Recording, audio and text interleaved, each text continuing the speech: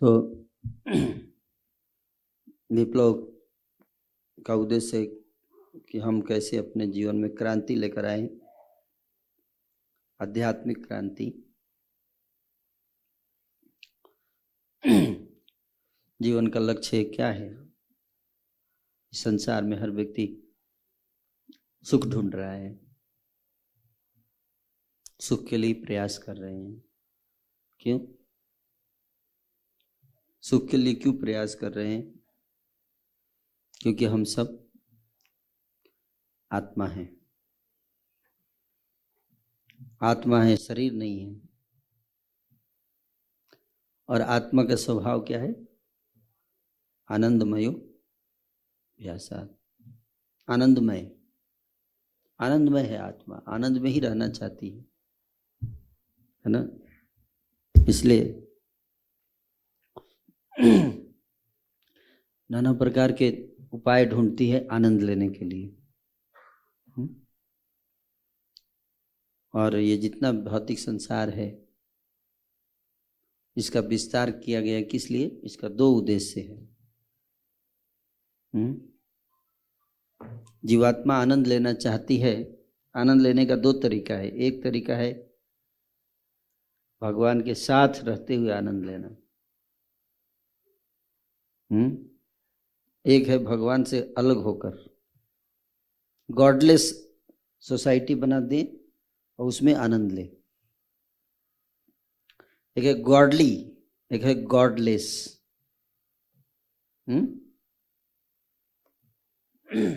Krishna society and without Krishna society.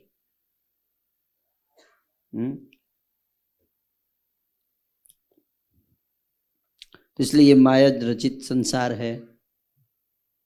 भगवान इसमें पर्दे के पीछे चले जाते हैं और संसार में जीवात्माओं को छोड़ देते हैं। प्रयास करिए मेरे बिना सुखी होने का, आनंद ढूंढने का प्रयास कीजिए। इसलिए भगवान बहुत सारी व्यवस्था की है हम सबके आनंद के लिए। ये है ना।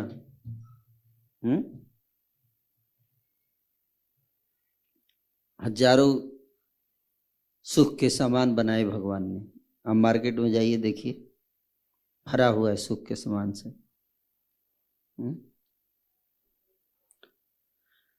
और सुख का सामान ही नहीं बनाए, सुख को भोगने के लिए सेंस भी बनाए। केवल रूप ही नहीं बनाया, रूप तो बनाया ही, लेकिन साथ में रूप को देखने के लिए आंख भी बनाया।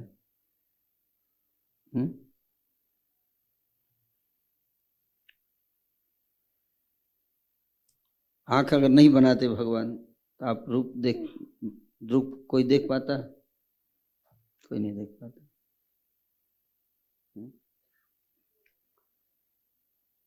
तो इसलिए अगर भौतिक संसार में भी अगर हम सुख पाना चाहते हैं तो भी हमें भगवान की कृपा चाहिए। भगवान की कृपा के बिना कोई सुख नहीं है। मानव जीवन इसी बात को रियलाइज करने के लिए है।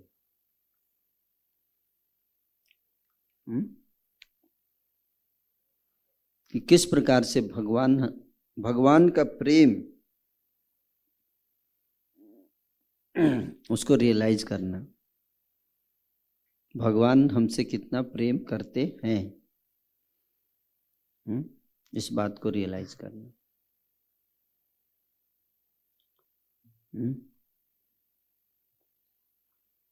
इसलिए जब कोई भी व्यक्ति अगर ध्यान से अपने लाइफ का अध्ययन करेगा तो वो भगवान से प्रेम किए बिना नहीं रह सकता। भगवान से प्रेम करना ही पड़ेगा आपको। संसार से प्रेम करने के लिए भी भगवान की सहायता चाहिए। बिना भगवान की सहायता के आप संसार से भी प्रेम नहीं कर सकते।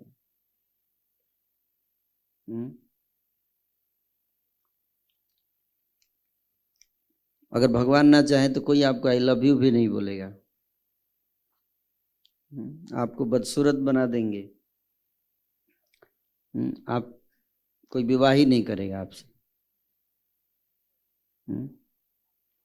ढूंढते रहेंगे कौन होगा सपनों का राजकुमार राजकुमारी। विवाह करने के लिए भी रूप चाहिए है, सुंदर चेहरा है, सिर पे बाल होने चाहिए, है कि नहीं। आप लोग हेयर ड्रेसिंग कराने जाते हैं खूबसूरत दिखने के लिए, यस और नो। लेकिन हेयर होगा तब तो ड्रेसिंग कराएंगे। हेयर ड्रेसिंग के लिए पहले हेयर होना चाहिए, है कि नहीं। और हेयर कौन बनाता है?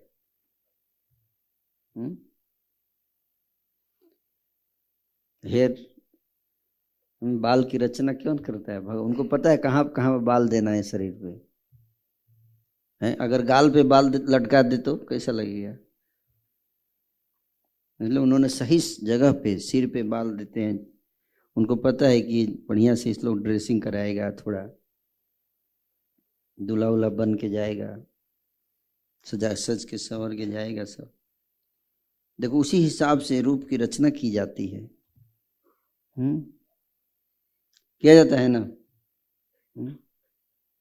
हर चीज सोच समझ के डिजाइन किया गया है जीव के भोग के लिए।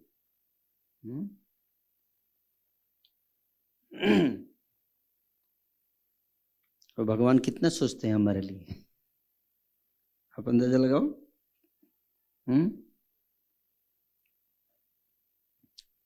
डाटा स्टोर करने के लिए हार्ड डिस्क बनाया, इनबिल्ट है सिस्टम के अंदर, जिसको कहते हैं क्या? ब्रेन।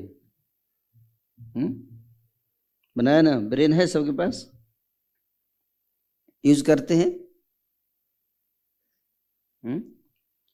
कोई बोलता है मैंने ये अवार्ड जीता, वो अवार्ड जीता, ये अवार्ड जीता, मैंने मेहनत किया, मैंने कमाया पैसा, मैंने ये बिल्डिंग बनाया, मेरा ये अचीवमेंट है, वो अचीवमेंट है, ये अचीवमेंट है। कोई भी अचीवमेंट है आपका, लेकिन सारी अचीवमेंट के लिए तो पहले तो ब्रेन होना चाहिए ना, यस और नो। अब ब्रेन ही ना हो तो क्या अचीवमेंट करेंगे आप? तो सारी सफलता का राज है आपके ब्रेन में। और ब्रेन किसने बनाया? आपने बनाया? आपने बनाया ब्रेन? या पापा ने बनाया या मम्मी ने बनाया? किसने बनाया ब्रेन?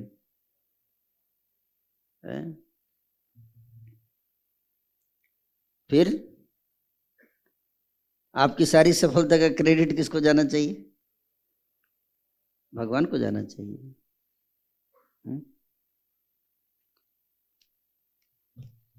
हर चीज, इसको कहते हैं कृष्णा कॉन्शसनेस। जो व्यक्ति इसको याद करता है वो भगवान से प्रेम करता है। और देखो ये सब करने के बाद भगवान कोई कभी आपको लेटर भेजे, तुम्हारा मेरा बनाया गया ब्रेन यूज किया, चलो टैक्स भेजो, इनकम टैक्स भेजो, सब यूज कर रहा है मेरा सामान, किसी को नोटिस आया? नहीं आया। Free service.